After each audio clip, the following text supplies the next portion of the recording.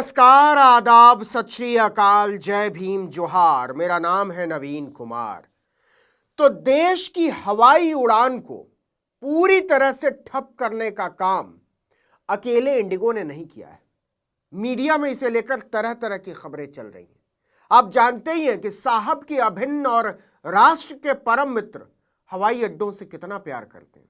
जो भी हवाई अड्डा उन्हें पसंद आ जाता है, साहब उसे दोस्त के हवाले करने में बिल्कुल देर नहीं लगाते। इसी आधार पर कहा जा रहा है कि हवाई अड्डों पर जो कोहराम मचा है उसका दायरा बहुत बड़ा है। यह जानबूझकर पैदा किया गया संकट है। इस आपदा को अवसर में बदलने की पूरी तैयारी की गई है। इंडिगो क्राइसिस की पूरी क्रोनोलॉजी समझिएगा तो सत्ता और कॉरपोरेट के गंदे खेल की सारी असलियत आपकी समझ में आ जाएगी। तो सुनिए हुआ क्या है। 27 नवंबर को एक खबर आती है कि मोदी के परम मित्र अडानी ने देश की सबसे बड़ी pilot training company flight simulation technique centre यानी एफएसटीसी में 72.8% हिस्सेदारी खरीद ली है। यह अधिग्रहण Adani defence systems and technologies limited यानी एडीएसटीएल और प्राइम एरो सर्विसेज एलएलपी के माध्यम से किया जाता है, जिसकी कुल वैल्यूएशन ही थी 820 करोड़ रुपए। यह चिंदी रकम अडानी के लिए हाथ के मैल से ज्यादा कुछ नहीं है। न पायलट ट्रेनिंग इंस्टीट्यूट को खरीदना कोई बड़ी बात है, वो चलते फिरते कुछ ना कुछ खरीदते रहते हैं, लेकिन इसके बाद जो हुआ वो बड़ी बात है। 27 नवंबर को अडानी की नई खरीद की खबर के आने के ठीक 5 दिन बाद इंडिगो की फ्लाइट्स कैंसिल होने की खबरें आने लगी। फ्लाइट देरी से चलने लगी।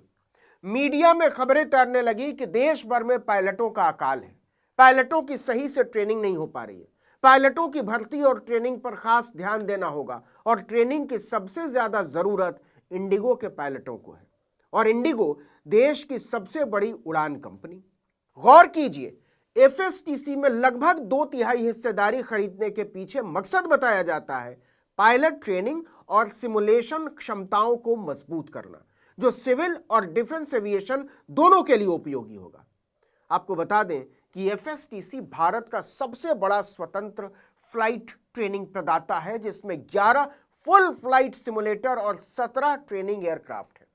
एफएसटीसी की स्थापना 2011 में हुई थी और ये गुरुग्राम और हैदराबाद में सिमुलेशन सेंटर्स चलाती थी कंपनी। इत्तेफाक देखिए, इंडिगो का हेडक्वार्टर भी गुरुग्राम में। खैर, इसी के बाद इंडिगो की क्राइसिस शुरू हो गई।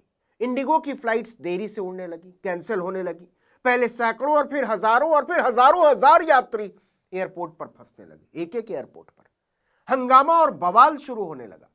इस बवाल के पीछे एक ही वजह बताई गई कि पायलट है ही नहीं तो फ्लाइट कैसे उड़ेगी, क्रू मेंबर्स की कमी है तो फ्लाइट कहां से उड़ेगी। क्या गजब की क्रोनोलॉजी है। अडानी की नजर देश के सबसे बड़े पायलट ट्रेनिंग इंस्टीट्यूट पर पड़ती है। वो उसमें कोई 2/3 हिस्सेदारी खरीद लेते हैं और इसके बाद देश की सबसे बड़ी विमान कंपनी के उड़ते हुए विमान जमीन पर सो जाते हैं। क्या इत्तेफाक है। अडानी के पायलट ट्रेनिंग इंस्टीट्यूट के खरीदते ही पायलटों की कमी की वजह से पूरे देश के हवाई यात्री एयरपोर्ट पर ही फंस गए।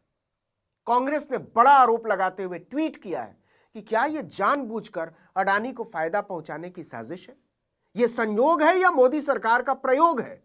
कहीं इंडिगो को डुबाकर अडानी एविएशन इंडस्ट्री में भी तो अपनी नैया पार नहीं लगाना चाहते। इस खेल के वो माहिर खिलाड़ी हैं। कांग्रेस ने आरोप लगाया है कि इसके पहले भी ऐसा हो चुका है। जब अडानी को लो क्वालिटी का कोयला महंगे दामों पर बेचना था तो देश भर में कोयले की कमी की खबरें उड़ाई गई, मीडिया में स्टोरीज प्लांट करवाई गई कि देश में सिर्फ 1-2 दिन का कोयला बचा हुआ है, पता नहीं इसके बाद क्या होगा, बिजली कैसे बनेगी, जब बिजली नहीं बनेगी तो देश कैसे चलेगा, वगैरह वगैरह वगैरह वगैरह। इस पूरे हंगामे का फायदा, सीधा फायदा अडानी को मिला। कांग्रेस इलेक्टोरल बॉन्ड का मुद्दा भी उठा रही है। इंडिगो के प्रमोटर राहुल भाटिया के इंटरग्लोब ग्रुप की कंपनियों ने बीजेपी को मोटा चंदा दिया है। एडीआर की रिपोर्ट के मुताबिक इंटरग्लोब ग्रुप ने कुल 56 करोड़ के इलेक्टोरल बॉन्ड्स कई राजनीतिक दलों को दिए। इसमें अकेले बीजेपी को 31 करोड़ का चंदा दिया गया। मतलब कुल चंदे का आधे से ज्यादा हिस्सा सिर्फ बीजेपी के खाते में गया।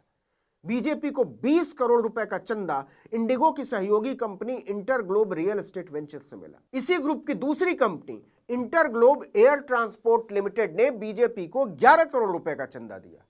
कांग्रेस का कहना है कि क्या इसी का एहसान उतारने के लिए मोदी सरकार ने इंडिगो को मनमानी करने की खुली छूट दे दी। Given these electoral bond disclosures that we saw massive purchases by Interglobe group entities and its promoter, is the BJP's financial proximity to Indigo the real reason behind this extraordinary leniency shown at the cost of passenger safety? We have been always saying this electoral bonds is a very dangerous thing. It will allow corporates to run their show, and this is one example how this has happened. Congress पूरे मामले को अडानी को फायदा पहुंचाने की साजिश के तौर पर देख रही है। उसका आरोप है कि कहीं अडानी को फायदा पहुंचाने के लिए तो यह क्राइसिस नहीं पैदा की गई है। अगर ऐसा है तो फिर समझिए इंडिगो की लुटिया डूबने वाली है। इंडिगो अडानी की नजरों में चढ़ चुका है, ऐसा कांग्रेस कह रही है। अडानी के पास पहले से ही देश भर में कई हवाई अड्डों के रखरखाव का जिम्मा है। 2020-21 में अडानी ने एयरपोर्ट के रखरखाव वाली कंपनी जीवीके ग्रुप का भी रातों रात अधिग्रहण कर लिया था। याद कीजिए, मुंबई का छत्रपति शिवाजी टर्मिनस। अब कांग्रेस कह रही है कि अडानी की नजर एयरलाइन कंपनी पर है। समझ लीजिए, अगर ऐसा है तो समझ लीजिए कि इंडिगो का खेल खत्म हुआ है। देखिए, इस पूरे खेल में इंडिगो सबसे बड़ा विलेन बनकर उभरा है। उस पर आरोप है कि उसने जानबूझकर यह बवाल खड़ा किया है। डीजीसीए ने पायलटों और क्रू मेंबर्स को रिस्क देने के लिए नए नियम बनाए। इस नियम के बाद पायलटों और क्रू मेंबर्स की नई भर्ती जरूरी हो गई थी, लेकिन इंडिगो नई भर्तियों को फ्रीज करके रखता है, रोक कर रखता है। बवाल खड़ा करके उसने सरकार को घुटनों पर ला दिया। डीजीसीए ने नए नियमों को वापस ले लिया। सीधे सीधे इंडिगो की मनमानी की जीत हो गई है। लेकिन इस मामले में अभी कई पेच हैं। नागरिक उड्डयन मंत्रालय ने अब इस पूरे क्राइसिस पर जांच बिठा दी है। 4 लोगों की टीम इस पूरे मामले की जांच करेगी, जिम्मेदारी तय की जाएगी। डीजीसीए एक्शन लेने की बात कर रहा है।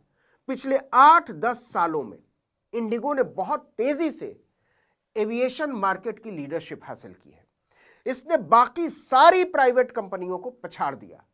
एविएशन इंडस्ट्री में यह वर्ल्ड लीडर बनने की तरफ था इंडिगो, लेकिन इस क्राइसिस ने इंडिगो को इतना बड़ा झटका दिया है कि इसका असर बहुत बड़ा हो सकता है।